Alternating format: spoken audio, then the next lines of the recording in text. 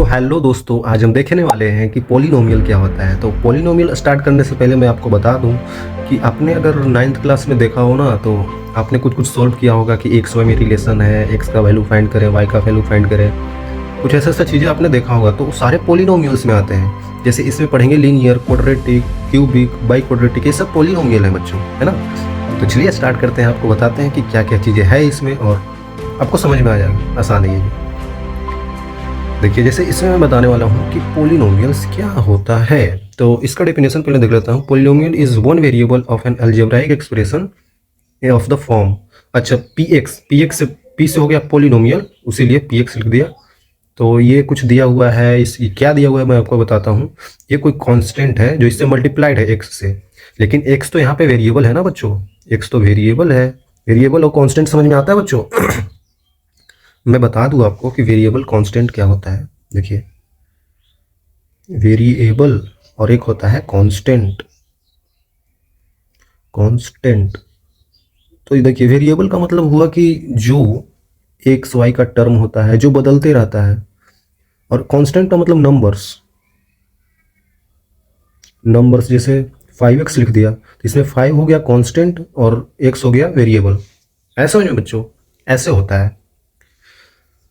उसी तरीका से अगर मैंने लिख दिया 7y, कहीं पे लिख देता है ना, तो 7 हो गया कांस्टेंट, y हो गया वेरिएबल, है ना बच्चों। ऐसे हम देखते हैं। उसी तरीके से ये सब ऐसे होते हैं, और ये नंबर्स होते हैं जो कांस्टेंट होते हैं, जो बदलते नहीं। नंबर्स पर 7 है, 8 है, तो 7 8 थोड़ी बदलेगा बच्चों, वो तो जैसा है वैसा ही रहेगा। लेकिन x का वैल्यू बदल सकता है, y का वैल्यू बदल सकता है ना, वैसे होता है। तो ये मैं बेसिक जानकारी आपको दे दिया। तो आगे देखते हैं और चीज़ क्या है। तो वही एक्स यहाँ पे वेरिएबल हो गया, एक्स वेरिएबल है। देखिए, एक्स वेरिएबल है, लेकिन इससे मल्टीप्लाइड जो है वो तो कांस्टेंट है ना, ए एन माइनस वन, ये सब तो कांस्टेंट है बच्चों। अब पावर में एन देख सकते हैं, पावर में एन माइनस वन, तो ये तो पावर में है, इसको बाद में बताते हैं आपको। ये देख रहे हैं एन, ये सब सारे कांस्टेंट है। देखो, कोफिशिएंट जो होता है, कोफिशिएंट का मतलब होता है जो एक्स वाई से मतलब मल्टीप्लाइड हो, वेरिएबल से मल्टीप्लाइड हो ना, तो उसको कोफिशिएंट बोलते हैं। तो कोफिशिएंट एक कांस्टेंट भी होता है ना बच्चों, समझ में। कोफिशिएंट देखो, तो ये सब कोफिशिएंट है जो कि कांस्टेंट है बच्चों, ठीक है। और यहाँ पे x जो है वो वेरिएबल है बच्चों, देखिए मैंने बताया था वही चीज़ है। और उसके बाद n is non negative integer. n is non negative integer का मतलब हुआ, अच्छा, the degree of the polynomial. n जो है ना, वो तो डिग्री ऑफ द पोलिनोमियल ही है। देखिए, डिग्री क्या होता है, जैसे कहीं पे लिख दिया कि x के पावर 4 प्लस 1, ऐसा कुछ लिख दिया, तो x के पावर 4 जो है ना, पावर में जो है बच्चों, ये वाली 4 मैंने पावर बोल भी दिया, तो ये पावर होता है, मतलब डिग्री होता है। x का कौन सा डिग्री है, 4 है, जो पावर में है वो डिग्री होता है, x के पावर 4 बोलते हैं। उसी तरीके से कहीं पे बोल दिया जाए y के पावर 3, तो ये जो पावर में आया ना बच्चों, y का डिग्री क्या हो गया, 3। ऐसा समझ बच्चों, ऐसे लेते हैं, ठीक है। तो ये बोल रहा है कि नॉन नेगेटिव इंटीजर। अरे बच्चों समझ में, नॉन नेगेटिव इंटीजर का मतलब क्या, इंटीजर क्या होता है पहले ये बता देता हूँ। इंटीजर होता है, देखिए 1 2 3 4 ऐसे चल रहा है, इधर भी -1 -2 -3, ऐसा कुछ इधर भी बढ़ता जाएगा और इधर भी बढ़ता जाएगा, ठीक है बच्चों। ये 0 भी होता है। तो ये इंटीजर्स हो गए। लेकिन अगर हम यहाँ से देखें, यहाँ 1 से, ये पॉजिटिव इंटीजर है, पॉजिटिव। और -1 से इधर देखें तो ये नेगेटिव इंटीजर है। आई थिंक ये तो आपको पता ही होगा, है ना। और ये 0 होता है, यहाँ पे 0 है। इधर जा रहे हैं तो पॉजिटिव इंटीजर मिल रहा है, इधर जा रहे हैं तो नेगेटिव इंटीजर मिल रहा है। तो ये बोल रहा है कि n इज नॉन नेगेटिव, ये नेगेटिव नहीं है। इधर तो नेगेटिव है, ये तो ऐसे जा रहा हूँ तो ये नेगेटिव है, और इधर जा रहा हूँ तो ये पॉजिटिव है। तो नॉन नेगेटिव का मतलब नेगेटिव नहीं है, तो क्या है, पॉजिटिव है। यही तो, नॉन नेगेटिव का मतलब नेगेटिव नहीं है, तो क्या है, पॉजिटिव है। तो ये पॉजिटिव इंटीजर्स होता है। लेकिन 0 भी इसमें इंक्लूड करना होगा बच्चों, है ना, 0 भी इंक्लूड करना होगा। तो 0 इंक्लूड करेंगे तो क्या बन जाएगा, तो होल नंबर बन जाएगा ना। 0 1 2 3 4 5 6 7 8, ये तो होल नंबर होता है। आई थिंक ये आपको पता होगा। ये जो होता है 0 1 2 3 ऐसे करके चलता रहता है ना, ये तो होल नंबर हो जाता है। ये सब चीज़ें आई थिंक आपको पता होगा बच्चों। एक से जब चलते हैं, एक से चलते हैं ना, तो ये हो जाता है नेचुरल नंबर। जीरो से चलेंगे तो होल नंबर, और एक से चलेंगे तो नेचुरल नंबर। ऐसे याद रखिएगा, आप ऐसे याद रखिएगा, होल नंबर इज गोल नंबर। गोल मतलब जीरो, होल जो होता है वो गोल होता है, तो होल इज गोल, तो गोल मतलब जीरो हो गया, तो जीरो से जो स्टार्ट होगा वो होल नंबर, और जीरो से नहीं होगा वो नेचुरल नंबर। सिंपल है ना, ऐसे याद रख सकते हैं। ओके, क्लियर होगा आई थिंक बच्चों। तो देखते हैं इसके आगे क्या है। तो मैंने ये तो बता दिया पोलिनोमियल क्या क्या इसमें चीज़ें हैं, क्या से मल्टीप्लाई होता है, कांस्टेंट वेरिएबल। तो ठीक है, आगे देखते हैं। और तो एग्जांपल्स जो है, जैसे 3x² माइनस 5x प्लस 7। देखिए यहाँ से यहाँ तक 3x² प्लस 5 माइनस 5 प्लस 7, तो ये एक पॉलिनोमियल है, क्योंकि x का स्क्वायर है। देखिए ये भी होल नंबर है ना, x के पावर 1 है तो होल नंबर है, तो ये पॉलिनोमियल है, ये भी पॉलिनोमियल है बच्चों, और 2x भी तो पॉलिनोमियल ही है। लेकिन पॉलिनोमियल कब नहीं होगा, जब x का पावर मतलब x का डिग्री जो है वो होल नंबर नहीं होगा।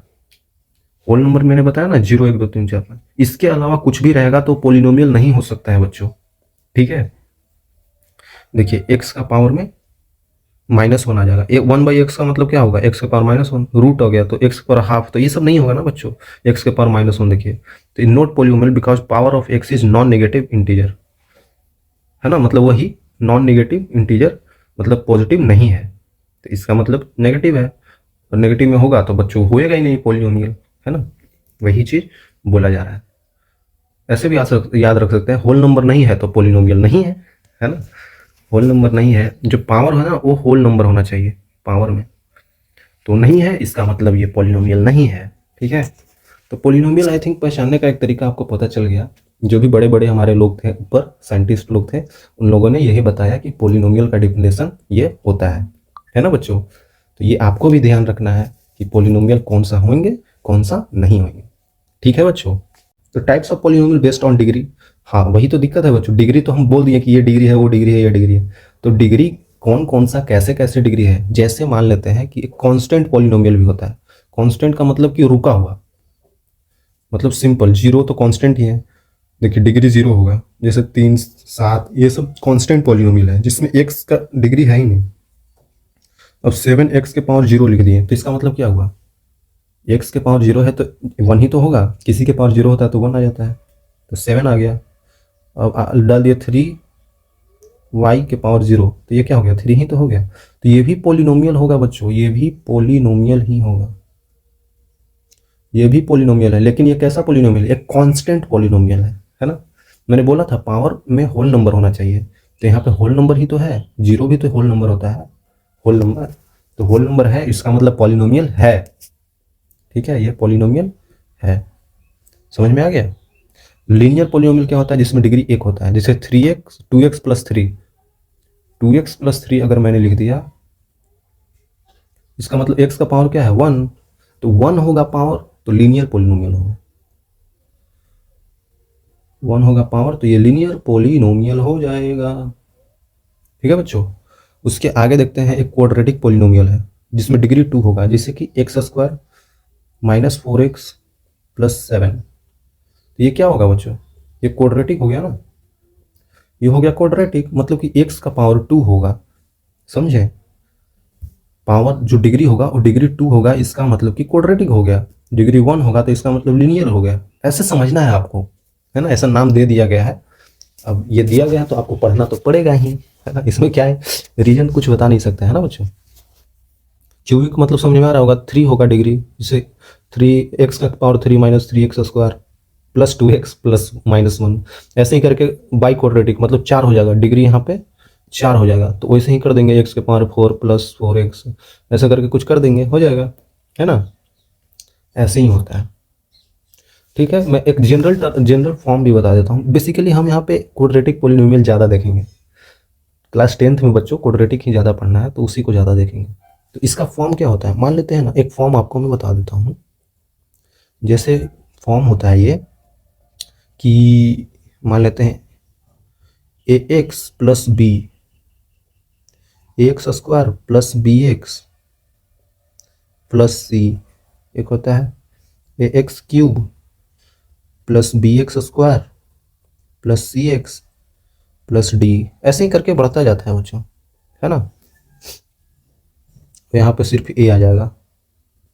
तो मैं यहाँ से एक चीज़ आपको बताना चाहता हूँ बच्चों, एक चीज़ बताना चाहता हूँ कि यही चीज़ तो आपने अभी देखा बच्चों, ये आपने कांस्टेंट देखा, कांस्टेंट पोलिनोमियल, ये आपने लीनियर देखा, ये आपने क्वाड्रेटिक देखा, ये आपने क्यूबिक देखा, है ना यही सब तो अभी देखा। तो ऐसा इसलिए मैं बोल रहा हूँ क्योंकि यहाँ पे x के पावर में 0 होगा तो ये 1 हो गया होगा, तो एक कांस्टेंट बच गया। फिर ए x हुआ, x के पावर 1 आया तो ये लीनियर हो गया। ये एक्स स्क्वायर आया, मतलब कि स्क्वायर आया तो क्वाड्रेटिक, क्यूब आया तो क्यूबिक, है ना, ऐसे देखते हैं। तो यहाँ पे ये सारे ये जनरल फॉर्म में लिख दिया ax प्लस बी, ऐसा आपको याद रखना होगा, है ना। ऐसे इसी जनरल फॉर्म में तो ये भी है बच्चों, देखिए क्यूबिक कैसे है, ऐसे ही तो है। मान लेते ए का वैल्यू 1 है तो a x cube minus b, मतलब प्लस होगा, माइनस तो 3 आ गया होगा, plus b x square plus c x plus d, d 1 होगा। तो इस फॉर्म में है, ये जनरल फॉर्म हो गया। ये सारा जो आप देख रहे हैं ना बच्चों, ये सारा ये जनरल फॉर्म हो गया, ये जनरल फॉर्म हो गया, ठीक है। अच्छा, geometrical meaning of zeros in polynomial, ठीक है बच्चों। ज्योमेट्रिकल मीनिंग भी होता है। मान लेते हैं मैं एक लीनियर एग्जांपल ले लेता हूँ। एग्जांपल मैंने क्या ले लिया, 2x प्लस 3। तो ऐसे नहीं लिखते हैं, अब हम लिखेंगे पॉलिनोमियल जो p ऑफ x है, ऐसे करके लिखेंगे 2x प्लस 3, ऐसे करके लिखेंगे। ऐसे भी लिख सकते हैं, और या फिर y इक्वल टू लिख दो, px को मैंने y ले लिया, px को मैंने y ले लिया, तो यहाँ से हमने ये चीज़ लिख दिया y equal to 2x plus 3। ये एक लीनियर इक्वेशन है ना बच्चों, लीनियर है ना, क्योंकि आपको यहाँ अब समझ में आने लगा होगा कि x के पावर में 1 है तो ये लीनियर इक्वेशन हो गया, है ना।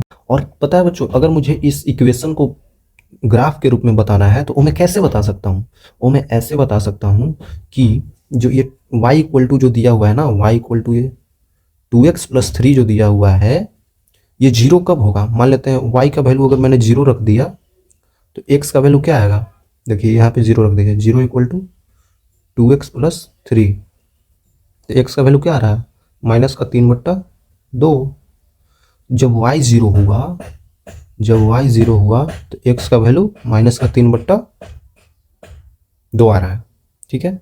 और जब x का वैल्यू जीरो हुआ तो y का वैल्यू क्या आएगा, x का वैल्यू जीरो रख दिया बच्चों, तो x का वैल्यू अगर मैंने जीरो रख दिया तो y का वैल्यू 3 आ रहा है। तो 2 पॉइंट आपको मिल गया, ये 2 चीज़ें आपको मिल गया, ठीक है। तो उसी से अब हम ड्रॉ कर देते हैं। तो ये जो ग्राफ है इसमें आपको पॉइंट ढूंढना है, y जब x का वैल्यू ये है तो y का वैल्यू ये हो, तो y जीरो है तब x का वैल्यू क्या है, माइनस का 3/2। x का वैल्यू माइनस का 3/2 मतलब कि माइनस का 1.5, यही तो होगा बच्चों, माइनस का 1.5 यहाँ पे होगा, हाँ यहीं पे तो होगा, यहीं पे होगा माइनस का 1.5। चलिए आपको बताता हूँ, ये पॉइंट है माइनस का 1.5 और y का वैल्यू 0। अच्छा, तो यही पॉइंट हो गया, चलिए एक पॉइंट मिल गया। और एक हो गया y, x का वैल्यू 0 तो y का वैल्यू 3, y का वैल्यू 3 तो x का वैल्यू 0। आया बच्चों समझ में, ये पॉइंट है 0,3 और ये पॉइंट है, ये है माइनस का 1.5,0, ये है। तो इन दोनों को अगर हम मिला दें ना बच्चों, इन दोनों को अगर हम मिला दें तो हमें पॉइंट जो मिलेगा वही हो जाएगा। ये लाइन जो आपको दिख रही है, ये लाइन जो आपको दिख रही है, ये इस लाइन का ग्राफ हो गया। करना कुछ नहीं होता है, x का वैल्यू 0 रखो एक बार, y का वैल्यू 0 रखो, एक्स वाई का इक्वेशन आएगा, मतलब 2 पॉइंट आ जाएगा और उस पॉइंट को मिला देना है तो ये लाइन बन गया। तो यही लाइन तो आपका हो गया बच्चों 2x प्लस 3, यही लाइन आपका 2x प्लस 3 हो गया, ठीक है। आसान है बच्चों। और एक चीज़ मैंने पीछे ही बता रखा था आपको कि ये जो 3 होता है ना, यही इंटरसेप्ट होता है, ये इंटरसेप्ट होता है। तो इंटरसेप्ट y एक्सिस से कितना, x एक्सिस से कितना ऊपर है, तो वही चीज़ यहाँ पे भी आ गया। देखिए अब समझने में बहुत आसानी होगा। ये 0 था तो 0 से ये x एक्सिस था, x एक्सिस से कितना ऊपर गया, 3 गया, ऑब्वियसली 3 गया, तो 3 गया तो यही इंटरसेप्ट हो गया। मैंने बता रखा है इंटरसेप्ट x एक्सिस से कितना ऊपर है, ठीक है। और माइनस में होता तो x एक्सिस से कितना नीचे होता, ठीक है बच्चों, वैसे ही होता है। आसान है बच्चों, अगर आप समझ गए होंगे तो आपको समझ में आ गया होगा कि कैसे होता है, ठीक है, बिल्कुल आसान है। तो आगे हम देखेंगे अगले लेक्चर में कि हम क्वाड्रेटिक को कैसे ग्राफ पे रिप्रेजेंट करते हैं, है ना। ये मैंने दिखाया आपको लीनियर इक्वेशन, ये था लीनियर बच्चों, ये तो लीनियर था, ये तो लीनियर पॉलिनोमियल था, ये आपका लीनियर था। आगे देखेंगे हम क्वाड्रेटिक का, फिर देखेंगे क्यूबिक का, ठीक है। ओके बच्चों, बाय, सी यू अगेन।